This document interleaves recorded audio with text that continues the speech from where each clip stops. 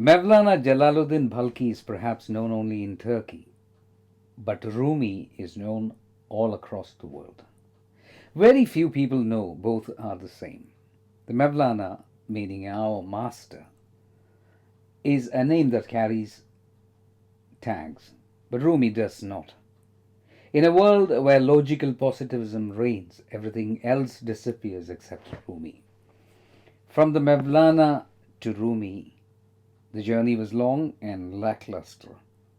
But then didn't he say, as you start out on the way appears? His life began and ended in the Persian Empire. Had it been today, it would have been different.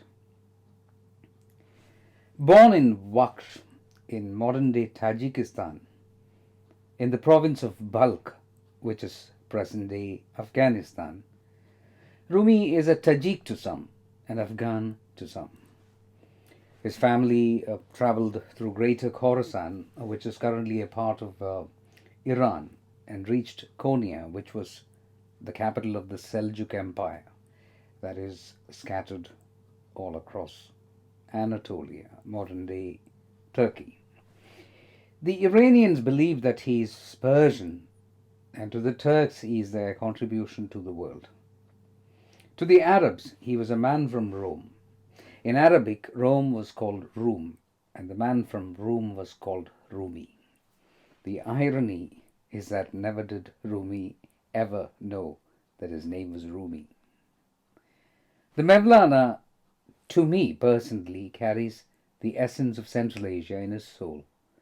The innocence of the Central Asian charisma is reflected in his works. He has the flavors of Tashkent, the charm of Samarkand, and the spirit of the Pamir Mountains.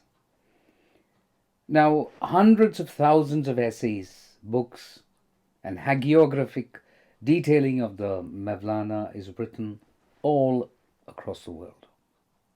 There's a repeated mention in American publishing sphere that to date he is the best-selling poet in America. His sharp, powerful lines oxygenate many people. Rumi's verses cut through their eyes and ears and reach their souls. In our infected century, probably, it is only Rumi's works that share the personal libraries of Christian priests, Hindu sadhus, Jewish rabbis, and Muslim clerics. The words he wrote are exchanged between lovers now through WhatsApp and Facebook. Many people are reminded of a higher level of consciousness as they read the Mevlana. I have some interesting observations from people about the Mevlana.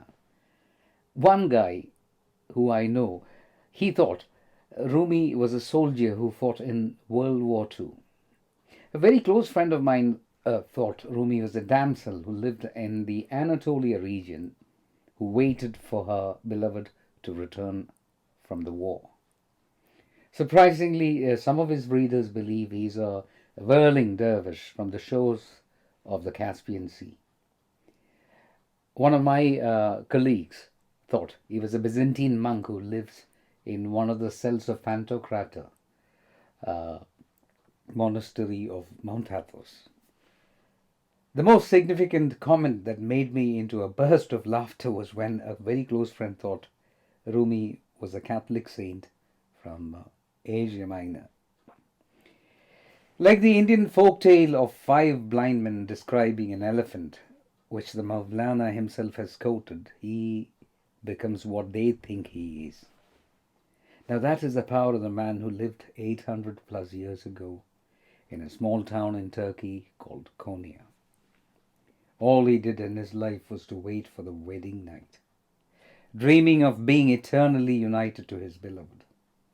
The preparation for that ended up in couplets, which would eventually lead to what is known as Masnavi or Matnavi, and as Mevlevi order, the order of whirling dervishes of Sufis. The wedding night was on the 17th of December 1273. The Vespertine eternal celebration continues even today in Konya. Harold Mackinter's world island theory so far has had application to econometrics. The concept of world island is defined as who rules East uh, rules Europe, and who rules Europe commands the heartland. Now, what is the world island? In his own words, it is an interlink of Europe, Asia, and Afro Eurasia. So he says whoever rules Russia, according to the theory, ruled the world. Although the concept never materialized, it indirectly worked for the mystical world. Rumi ruled the world. He continues to do so even now. And his place is the heartland. He also equally shares that position with St. Francis of Assisi, his contemporary and the most loved mystic in the Christian world.